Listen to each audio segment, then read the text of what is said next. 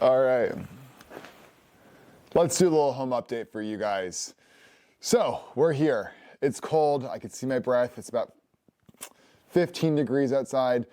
And the house, I don't know if you can see my breath, is also extremely cold. It's pretty much just sheltering the wind at this point. But I wanted to give you a little update on everything that's been happening here in the house. Since I last updated you guys, I kind of told you about how the renters became squatters. I kind of unopened a lot of issues in the house. And since then, that's been the story of this house. Every single aspect of this house has just been revealing in a sense. I mean, the past contractors that worked on the house in like the 60s, 70s, 80s, and 90s, they did some crappy work. I'm literally looking up at a ceiling that was replaced with joists that were just so bad. There's just so many aspects of this house where they just did things and they placed things in weird spots, and there's not been one aspect of this house where it was like creative or good construction. You might notice behind me there is some plywood on the ground, but also like a huge like 2.5, 3 foot hole. So when the county turned off the water, they broke the valve outside. When they broke the valve, we realized that the main water pipe also might be, having some issues. So that all needs replaced. And mind you, as I keep speaking, you might be seeing dollar signs, and so am I. What else is new? Upstairs, we removed the drywall.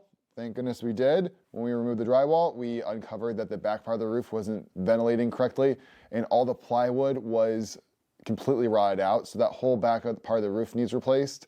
The front part's okay, but the back is looking a little rough. Let's think what else. This whole process has just been one thing after the other. It's brutal. And even as we were pulling permits, which we figured it all out and it's okay, and we got everything okay. But when I went to go pull permits from the county, they pretty much told me that I didn't own my address. What? Apparently my address at some point during whenever they created tax maps was assigned to the empty lot right next door to mine. So it's just like, it's one thing after the other. And now I found out that we need to slope the water away from the house. The whole front yard kind of floods because of the broken pipe out front. And it's just like a swampy mess.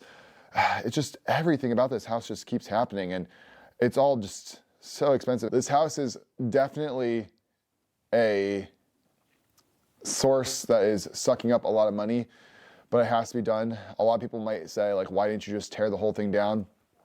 Well, I mean, it'd probably be more expensive to rebuild a house, especially on such a small lot.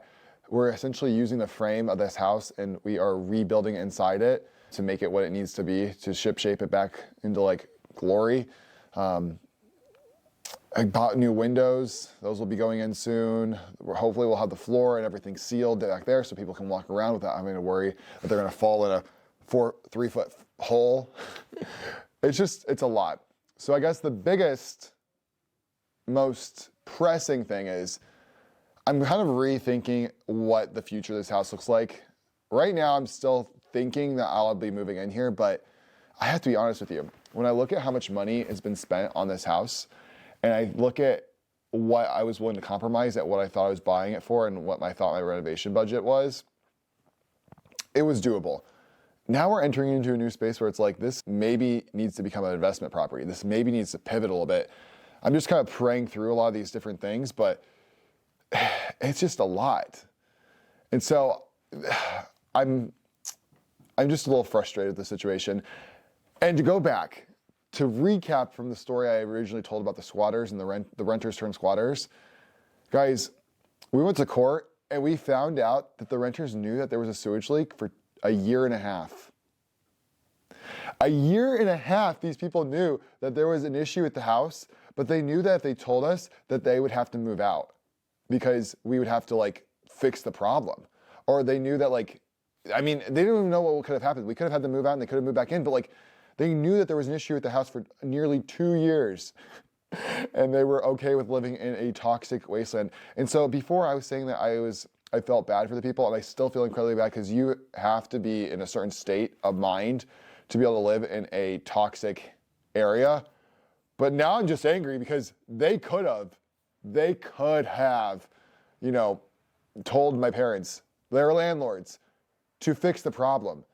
And my parents could have fixed the problem. Like, I feel like landlords get a bad rep because, you know, like, oh, like they own the house, they're bad landlords. Like, no, my parents are not bad landlords. My parents are honestly incredibly generous people, and they fix problems, and they give people places to live that are like very nice. But when people destroy the properties and then they know about a problem actively, that's a different thing. And I think that's what happened with this house. Now, mind you, did we know about all these internal things with all the structural integrity of the house?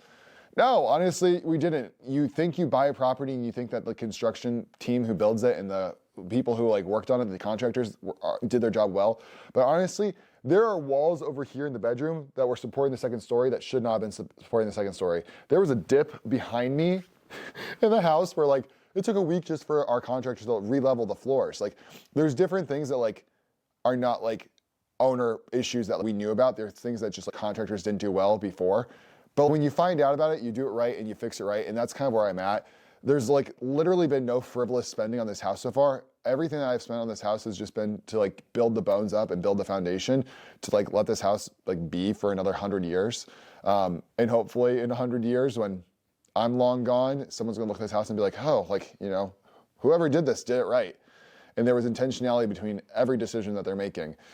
So all that to say, the people who lived here before, it's kind of crappy of you to know about an issue and to live in it. And I'm sorry you had to live that way, but also that's on you for choosing to live that way when you could have had the landlord fix it. But whatever, it's water under the bridge. This is my issue now. We're just going to keep moving forward, keep like just baiting this whole project in prayer.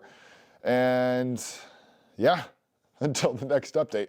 Hopefully the next update we'll have some electrical in, maybe we'll have some walls, maybe there'll be more of a vision. Yeah, I just paid for my cabinets for the kitchen yesterday, so. All right, don't be surprised. I'm gonna do a couple of these side notes just because I want to show you a little deeper what I'm talking about. All right, guys, howdy. Here it is. This is the bathroom. All right, also just a few other little changes in the house. This is the bedroom I'm standing in currently. Originally, we were gonna have a full walk-in closet over there. No longer will there be a walk-in closet. We replaced the steps just recently, which look super great, but it's just gonna be a long, like 8-foot closet, just narrow. We had to make space for the HVAC pipes because those were important and we couldn't squeeze everything in the bathroom. So it's gonna actually give a little extra space inside the bathroom and cut off the closet a little bit, but we're still gonna have pocket door for the bedroom. We're gonna have a pocket door for the bathroom and for the little, what's it called? The little refrigerator laundry room area. That way we have at least pocket doors there, and then we're gonna just put a swinging door on the front area.